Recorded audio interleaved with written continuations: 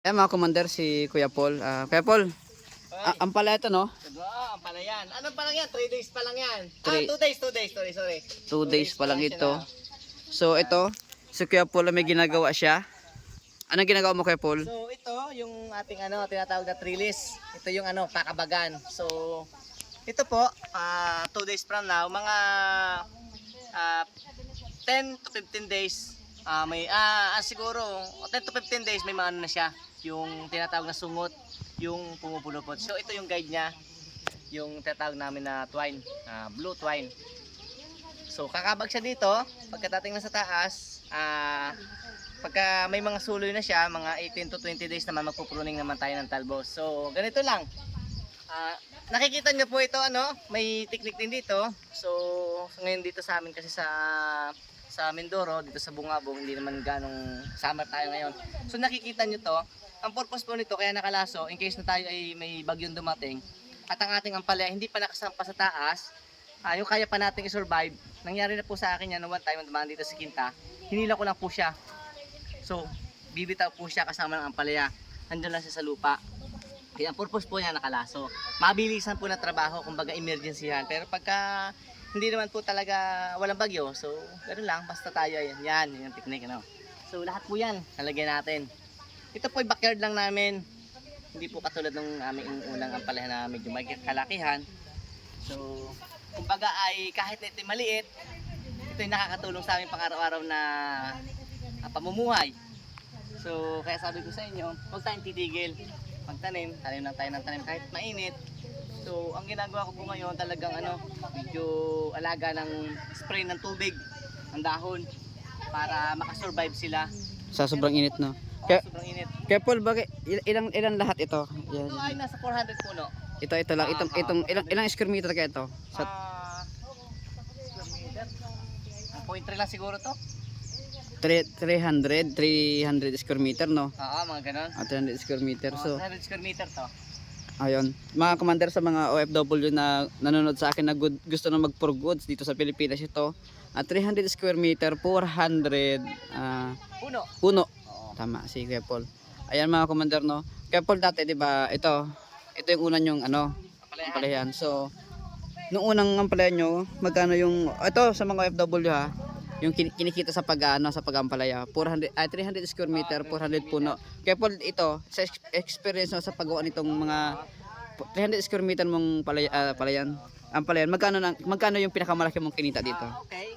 Start tayo sa una. So ang puhunan natin sa una medyo may kalakihan ng konti. So buwan nito, itong ating mga trellis saka yung mga kawayan. So gagastos tayo siguro itong area ko yung 300 square meter. Gagastos tayo ng mga 20 to 30,000. Ito. Kasama na ito yung mulching. Kung walang mulching, mas tipid. Siguro mga 20k lang. So, ang pinakamaganda kinita ko dito, yung kita na, umabot ako ng 30k. Kita na yon. Sa isang crop lang yun. Labas na lahat yung aking, labas na aking mga ginastos. Ang kaganda lang sa palaya, sa una ka lang gagastos, medyo may kalakihan. Sa pangalawa, tatlo, o kaya mong paapatin, so, list na tayo sa gastos. Alam nyo kung bakit? Ang bibili na lang natin ay punla. So hindi na tayo magpa-plastic mulch, ingatan lang na lang natin. Ang bibili na lang natin, ito yung labor na lang tayo. So kaya medyo maganda nakita. Medyo matipid, medyo maliit na maging puno. puno. Mas maganda kung tatama pa tayo sa magandang presyo. Mas kumbaga blessing na 'yon. Ayun. So, tanim lang ng tanim. Para no. Diretso lang. Mahal, Mura, diretso lang. Diretso lang. Kasi sabi nga nila, ba't ka titigil? Araw-araw tayong kumakain, araw-araw din tayo magtatanim, no? Yun lang. So mga commander, sila Kuya Paul, yung nakarang content ko sa mga OFW kulit na nanonood sa akin kasi puro OFW nanonood sa YouTube sa akin eh. Yan. Yung kinontent ko nakaraan ko na lang yung video dito. Kuya Paul. Ang kanilang puhunan noon nung pag-crop nila na yung time nila sa 60k lang, 'di ba Kuya Paul? Nasa 60k lang yung puhunan nila. Kuya Paul, yung 60k ng puhunan dun sa isang crop niyo magkano? Sa tansya mo na lang, wag na natin si Ate Anhen, tansya mo na lang. O magkano ang kinita nyo doon?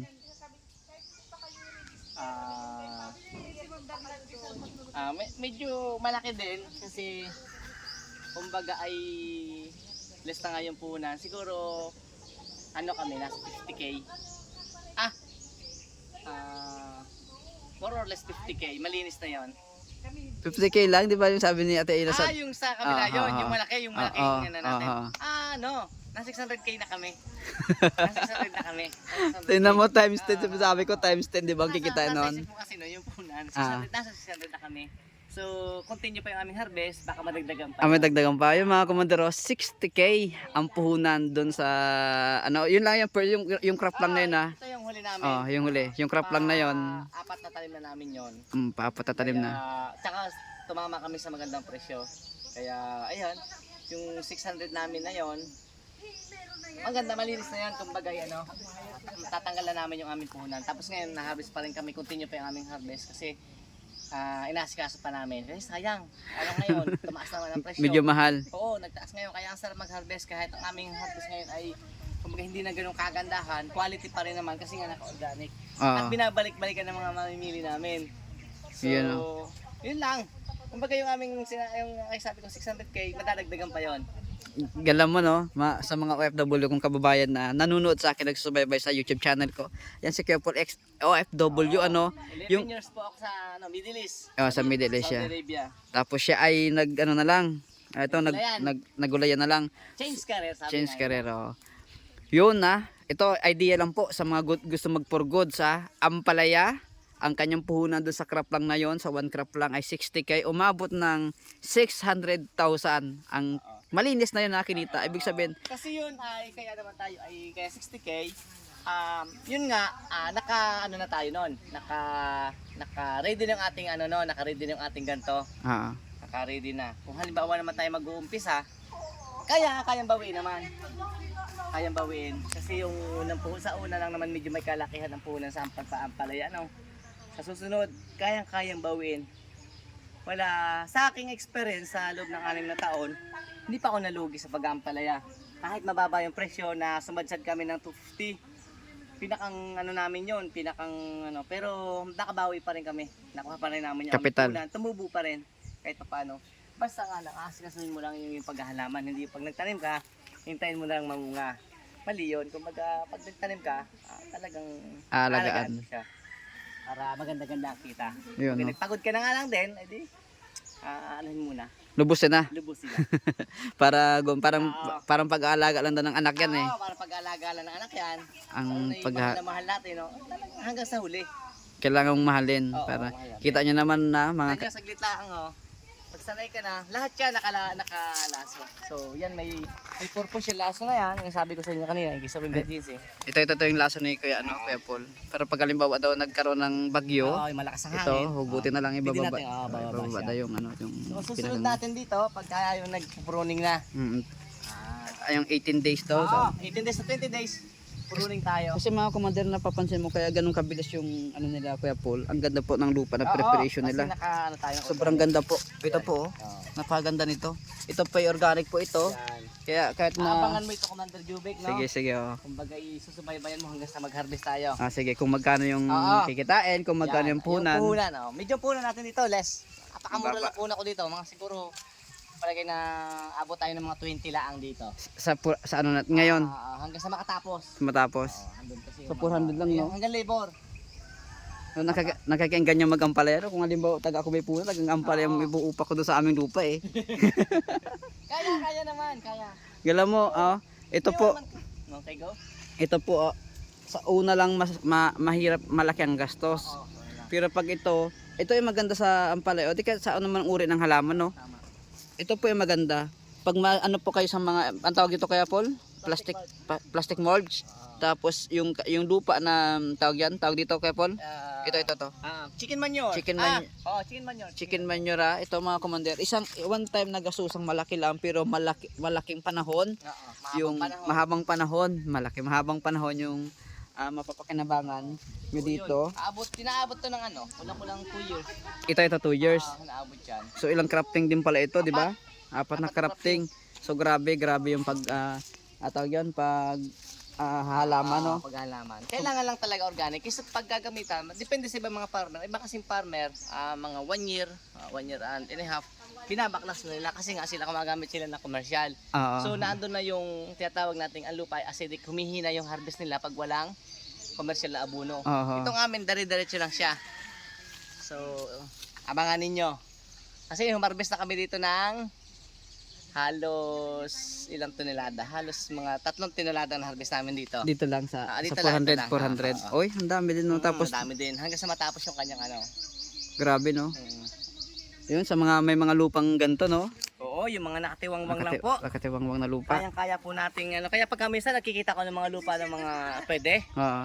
Sayang, nakapanghinayang. Kaya minsan na tinatanong ko, sino pong may-ari nito? Tapos, Sabi nila, amin, kaso wala kaming budget. Kahit wala kang budget, yung kaya lang ng budget mo, pwede mong tamnan. Like talong, mga sili. Ang sinasabi naman nila, sir, paano namin i-market? Walang, pag napabungan nga namin, wala namang yun ang mahirap. mamimili. Walang problema. Ang mamimili po, hindi rin niya natigil. Gusto nga nila yun eh. Yung laging inaano nila. Kasi mga farmers natin Kuya Paul na mga matatanda, hindi naman ano kasi hindi naman sa pagano salad kasi sa kalaman pagdating sa marketing. Pagdating ng marketing kasi yung ibang mga biyahero o di kayo yung mga mamimili binabarat sila. Oo, totoo yun. Yun po yung nangyayari sa mga farmers nating mga Hindi naman lahat pwedeng kung silang tulungan kahit pa paano kasi may mga kakilala tayo na mababait na mga mamimili. Hindi naman lahat kasi meron din ng mga mamimili na nananamantala lalo pag mga baguhan ka sa paggugulay. Hindi naman lahat kumbaga ay kaya natin kawawa din naman nga yung farmer kasi na halos wala na talagang kinita. Oo. Kaya yung ibang mga farmers na mga yung mga ang mga way ay yung mga old way sa pagdating ng paghahalaman. Hindi nila alam yung mga strategy pagdating sa marketing. Yun na nagkakaroon ng problema kaya minsan nawalan sila ng gana na magtanim ulit kasi nga maraming ang bunga yung kanilang yung kanilang gulay pero minsan nagkataon din mababa yung presyo. Kaya nawawalan sila ng gana. Hindi katulad yung iba kasing mga bago katulad ni Kuya Paul, bagong henerasyon sa paggulay. Ay alam niya yung pagdating sa marketing. Kasi yung iba kasi medyo nahiya. Hindi katulad natin mga bata na pagdating sa marketing ay talagang sinasabi ko rin nga sa mga ibang mga old marketing, nandun yung quality dapat. Kasi katulad namin, dati nung una kong pag-umpisa talagang nilalako ko ang palaya ko. So dala ko sa lahat ng halos bayan dito sa Oriental Mindoro ay napasyalan ko. Dinadala ko yung aking ampalaya. So napakahirap pag ang quality ng ampalaya mo hindi maganda. So yung aking ampalaya napakaganda naman ang quality. Kaya nung time na nasubukan nila, pabalik-balik sila. Hindi kasi siguro Kuya, ang organic matagal mabulok. Hindi katulad sa commercial kasi napapansin ko rin 'yon. Mabilis mahinog. Oo. Naisasabay ko yung sa akin sa mga kilalang mga farm. Naisasabay ko yung aking ampalaya. Kahit maunti yung aking ampalaya dati, mas kinukuha nila yung aking mas napapriority.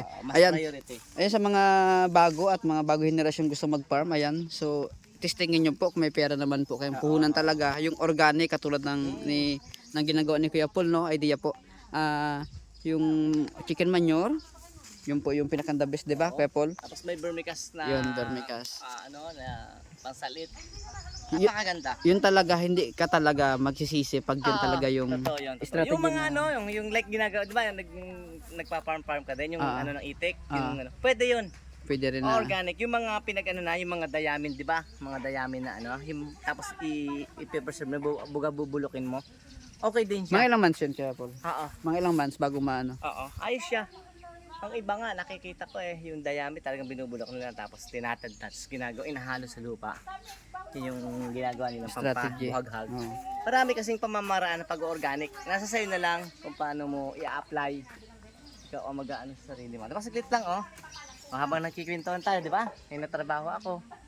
Kumbaga ay kumbaga gamay ko na siya. Ito na lagi ang ginagamay mo. Tsaka pagka maliit lang yung inyong farm ngayon, kato 300 square meter, ikaw na gumawa. Less ka na sa gastos. 400 para may ganito kalapad yung aking nabalak ko din. Binuin mo yun Kikita ka dito ng 1,000.